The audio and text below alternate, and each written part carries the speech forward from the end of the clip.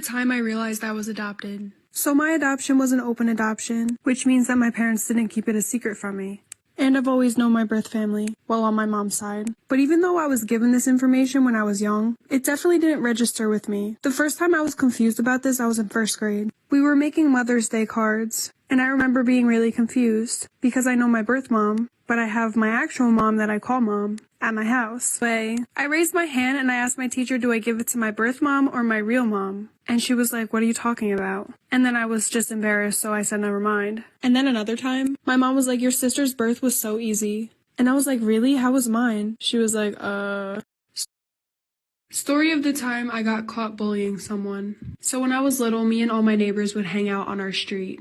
My one neighbor that I saw the most was awful, to say the least. And everybody on my street called her the boss because she made everybody do exactly what she wanted at all times.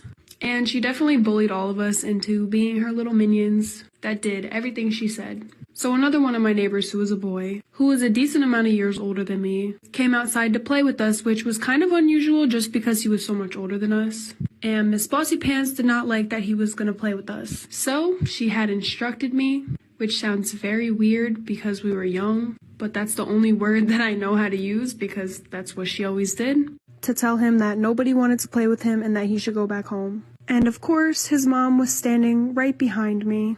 I vividly remember her screaming at me and I cried and went home. Then the girl neighbor was like, why would you say that? Story of the time a cop pulled me over just to flirt with me. Part 2. So he stared at me at Wawa, waited for me to leave, and when I left, he pulled me over. Like I said, there was nothing wrong with my car. Also, I was 17 and he was probably in his late 20s. And yeah, he was attractive, but I was 17 and not interested in a 20-something-year-old. So he walks over to my car, but he didn't come up to my window, he came up to my passenger seat window, probably because the shoulder was really small and the cars were coming by fast on my side. But anyway, for the juicy part. So right off the bat, he was mad flirty.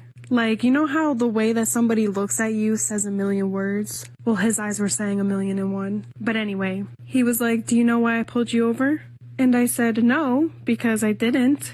And he was like, what's a pretty little girl doing out so late without her boyfriend? First of all, little girl. Is that him implying that he knows I was a minor? Nah, I'm just kidding, but honestly, in the moment, I really didn't know why he pulled me over, so I just flirted back until he left. I don't really know what to call this story time, so I'll just tell it. When I was 13, I was forced to go to this summer camp. It was a 4-week Christian sleepaway camp. We weren't allowed to have any electronics on us the entire time. During prayer and worship, the boys had one side of the room and the girls had the other. And if a girl and boy were talking for too long, a counselor would get in between them and separate them. But anyway, all the girls stayed in one big room with like 20 bunk beds. And every single night before we would go to sleep, we were forced to sit in a giant circle and do like Bible studies. And then like go around in a circle and pray. And there was this one girl that was either gay or bi, I don't really remember. But she had told the camp counselor that in confidence. I guess because, you know, like she probably grew up religious and was like struggling with that. And was maybe just not ready to accept herself yet. I have no idea. But this camp counselor, in the middle of the prayer circle, outed the girl by being like, dear Lord, please help cure her. And then to make things worse, she said to us, don't worry guys, she's gonna leave the room when you guys change. So I don't really know what to call this. Christian Camp Part 2. So all the girls in our cabin, which was around 20, had to sit in a giant circle and take turns reading things from the Bible and praying. And a supervisor was in there with us as well. So one of the girls had came out to the counselor in confidence, and the counselor took it upon herself to pray for her, basically saying, Father God, please cure her, take the demons out of her, which obviously wasn't what the girl wanted, because she told the counselor that in confidence. And then the counselor decides to say, don't worry, everyone, she's gonna leave the room whenever you guys decide to change so none of you feel uncomfortable. Completely disregarding how uncomfortable that would make the girl feel. And I wasn't about to just let that happen. And I caused a scene. I was like, do you even notice what you're doing? You're singling her out. When she told you this information about herself because she trusted you. And then you out her in front of everybody here. And then treat her differently than everybody else. You're evil. That's literally not what religion should be about. And I got in trouble for standing up for her. Story of the time a girl tried to fight me in the mall for no reason. Part 2. So she walks up to me and my ex-boyfriend, and she says to him, do you realize you're dating a... can't say that? And my ex-boyfriend just looked at me and I didn't know what to say. Then the girl started getting really nasty and getting closer to my face. The only comeback I could think of is get a life. So I just kept saying that and it got her more and more mad. Until eventually she said she wanted to fight me. So she's over here causing a scene in the mall. And my friend started to not have it. Once the girl starts getting closer and closer to me, kind of like jerking back and forth, being like, what you gonna do? What you gonna do? My friend was like, okay, if you wanna fight somebody, maybe you should fight somebody your own age. Because my friend was actually over 18 and the girl was 17. And the girl was not expecting that. So the girl was like, okay, I'll fight you too. She was like, I could take both of you easy. And I was like, bro, I don't wanna fight you. I was like, you hate me for no reason and you're starting a problem over what? Because you think I'm a skunk? Like, leave me alone. And the girl was like, you're lucky we're in the mall. And you're lucky my mom said I can't get arrested again. Then we left. Story of the time I backed into somebody's car. And this happened yesterday, and I'm a little bit heated still. So I was leaving the mall, and I had in the car with me 4 of my friends.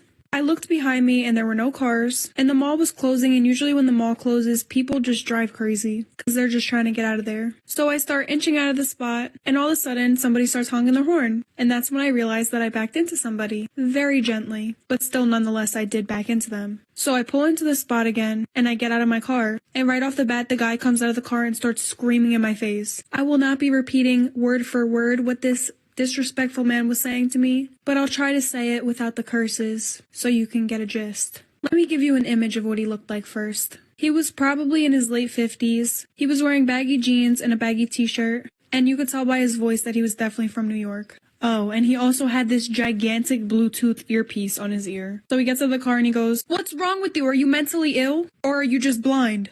Story of the time I backed into somebody's car and they went off on me. Part 2 while I mix all of my colored acrylics together. So he gets out of his car and he immediately starts cursing and screaming at me. He asked me if I had a mental illness or if I'm just blind. Then he proceeded to tell me that I shouldn't have my license and that I'm a danger to be on the road. Which is absolutely ridiculous because he came out of absolutely nowhere, turned the corner real quick while I was backing out, which caused me to hit him. And because of the way he was exploding at me, I figured the best solution to this was to just be really nice to him and to just apologize. So to every single thing he said, I basically agreed with him. I was like, yeah, no, maybe I do have a mental illness. Yeah, maybe I shouldn't be driving on the road. Yeah, maybe I don't deserve my license. Basically repeating him so that he realized what he was saying was really messed up. But this man wouldn't stop. He was on the phone with his wife through his Bluetooth speaker thing on his ear, and I had asked him if I could just give him cash so our insurances wouldn't have to go up, because I had a lot of cash on me. But instead of responding directly to me, he would respond to his wife. He was like, "This idiot thinks we're not going to call the cops on her."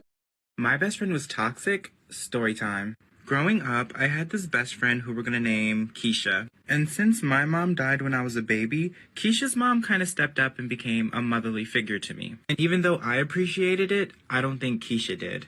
Because she would always make these rude comments like, "She's not your real mom," or "She doesn't love you as much as she loves me because I'm her actual daughter." And it really bothered me, but I chose to ignore it because I loved Keisha's mom like my own mom.